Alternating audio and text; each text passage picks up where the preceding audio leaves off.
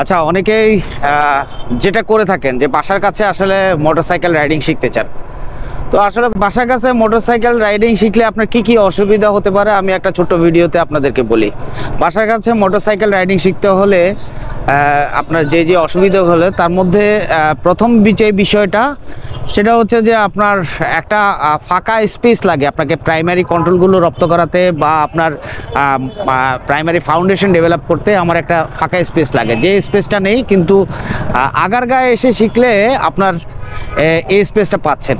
তাছাড়া মেইন রোডের জন্য রেডি করতে হলে এই যে লেনগুলো আছে, লেন সিলেকশনের ব্যাপার স্যাপার শেখানো, রোড স্ট্র্যাটেজি শেখানো, এগুলো একটা বড় ব্যাপার যেটা আপনার বাসার কাছে ছোট পাড়া মহল্লায় আসলে সম্ভব নয় শেখানো।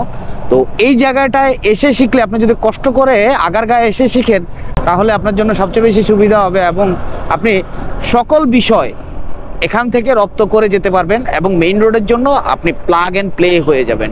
সুতরাং যারা বাসার কাছে শিখতে চান একটু কষ্ট করে আগারগাঁয়ে এসে শিখুন, আপনার শেখাটা পরিপূর্ণতা পাবে এবং আপনার এতে লাভের পরিমাণই সবচেয়ে বেশি।